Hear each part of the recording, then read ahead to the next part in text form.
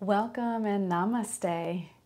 My name is Dina Jensen and this is Yoga 101, the basics, where I take you through the most common poses and movements that you will find in many yoga spaces. Today I'd like to share the downward facing dog pose. So this is very common in yoga and I think some people are really confused by it. So I want to teach you and break it down and make it really accessible and empower you to find the downward facing dog that fits your body the best, because yoga is all about taking care of ourselves and finding the poses and the moves that feel the best in our bodies. There is not supposed to be any suffering in the yoga space. So we need to play around and find the ways where we get sensation and we work, but we also really take care of ourselves. Okay, so downward facing dog is one of the first weight-bearing poses that you may encounter. There's also elements of an inversion in the downward dog because your head is lower than your heart. There's a lot of pressure on your hands and wrists. So if you haven't watched the cat-cow video, you might want to go back and watch that, where I really go through that first weight-bearing pose of table pose. And that is a preparation pose for the downward facing dog. So learning how to distribute your weight throughout your hands is really important in downward dog. Knowing that it's a pose that is intended to really lengthen your spine. It's much more about that. So remember, as you practice, long spine is more important than anything that's going on in your legs. And being able to lift your arm alongside your ear is pretty important in the down dog. So if you're somebody that's very tight in the shoulders, you may have to do more work to open up your shoulders before you can start to feel really comfortable in the downward facing dog. I put it in Yoga 101 here in these videos because I know you're going to encounter it in the yoga room. I don't really think it's a beginner's pose, although I do teach it to my beginners. I don't teach it to the beginners like the first class. We take a while to get into down dog. Okay, so as we go through the down dog, I want you to remember a few things. One is the weight distribution in your hands. So we talk all the time about rooting through the index pad and through your thumb pad in yoga. This is like an L. So sometimes you might hear ground through the L of your hand, and that's what we're talking about. So you want weight distribution through the knuckle pads. You want less pressure here and a little bit of a lift here. Okay, so those are all the things for you to keep exploring in your home practice. When I lift my arm overhead, first I'm going to show you the puppy dog pose so that you have an option, and I'll show you with blocks too. So when I lift my arm overhead, we want to get this long line, and if you can't do that, if your arm is forward a little bit and you have that bend in your shoulder, the downward dog is a harder pose, okay? So we want to practice that lifting the arm overhead without the ribs poking up. So the ribs stay in and you lift the arms up. So those are some things for you to look in the mirror at yourself. Look in a window, and just see from the side, can I lift my arm next to my ear? Okay, so I'm not going to take you through all of the warm-ups and this. If you were in class with me, we would warm up the shoulders, we would do all kinds of things. But this is really just to give you a quick how-to so that when you go to a yoga space or in your yoga practice, you have more understanding of the pose. Okay, so I like to start with a puppy dog pose. And many people will teach this. This is also a nice way to warm up your shoulders before you get into any of the weight bearing. The puppy dog pose starts in your tabletop. So your knees are under your hips and they can stay that way. You'll see the first variation in puppy dog. I have my knees and my hips stacked, or some people shift their hips back towards their heels a little bit. Either one of those is fine. What you don't want to do is have your hips forward of your knees in puppy dog, okay?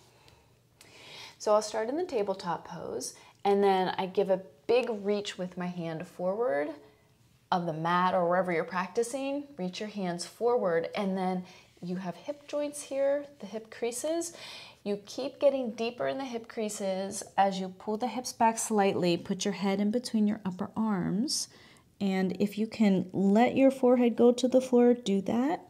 If the forehead doesn't reach you and you happen to have a yoga block, you could put the yoga block under your head or a pillow under your head or anything you have around your house. Your arms are straight. Your elbows are lifted. Your knees are right underneath your hips. The belly has just a little bit of support to support the low back so you don't overarch in your low back.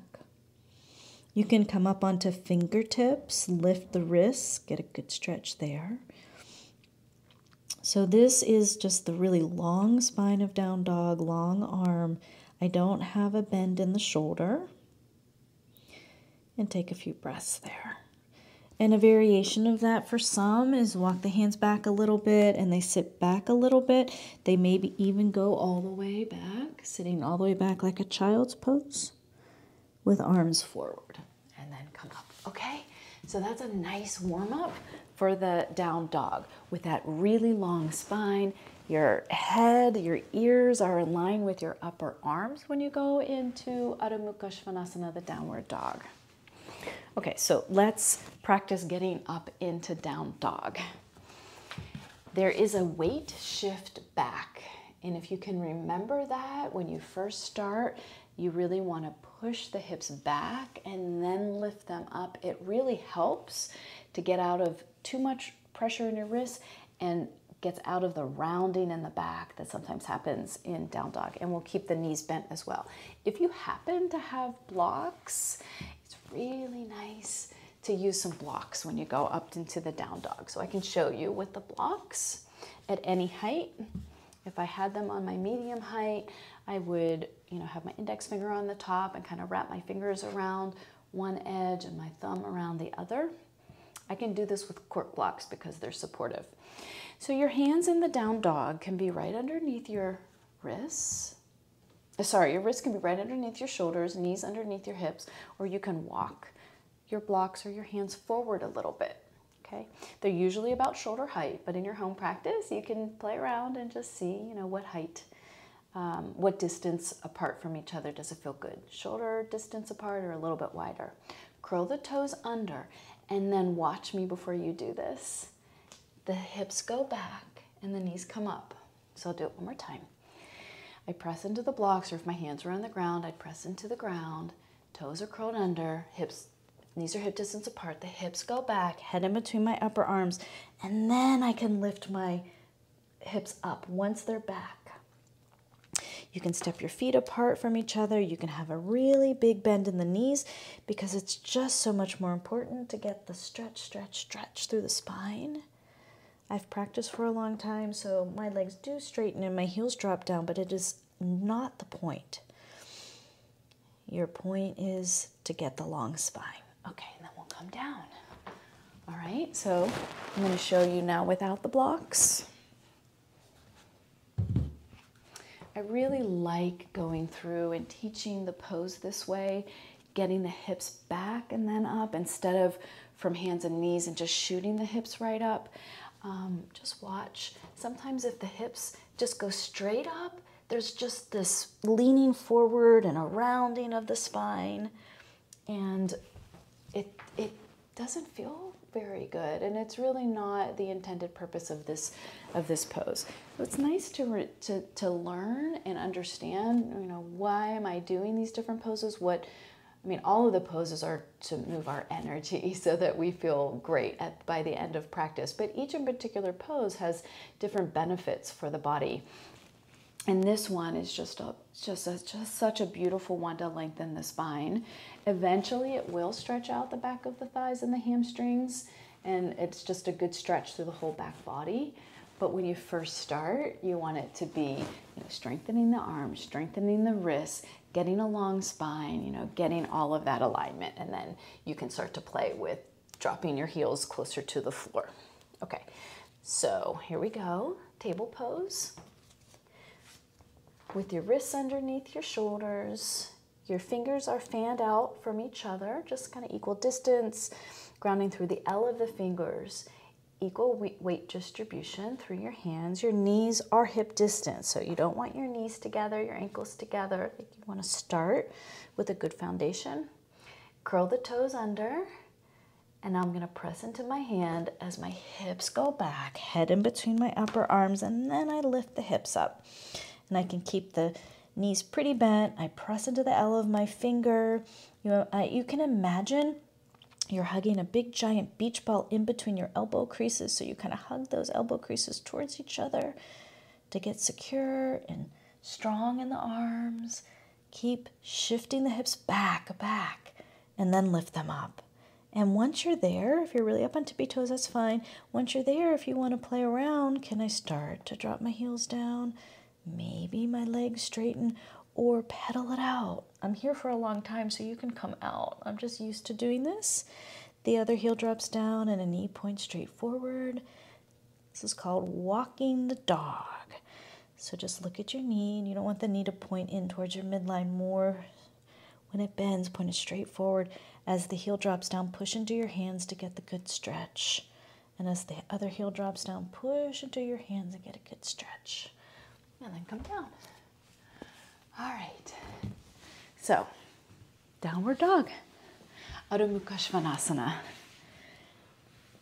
It's just a really empowering pose. It feels good. You get this blood flow. You can see my face is a little has more color because the blood was reversing, right? It was going into my head and clarifying things. So that's the inversion part, but it'll strengthen your wrists and your shoulders. It will stretch your whole back body, your spine, the back of, eventually it starts to stretch the back of the thighs, the back of the calves, even through the back of the ankles. But work on the long neutral spine first before you worry about anything that's going on in the legs. So practice that for a while. Start to get the shoulders open, and just enjoy that pose. It does a lot of things for you. That's why it's used so often.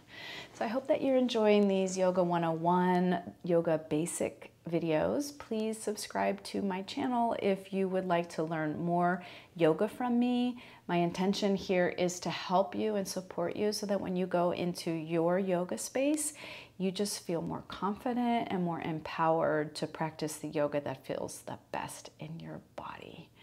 My name is Dina Jensen, and thank you so much for practicing with me today. Namaste.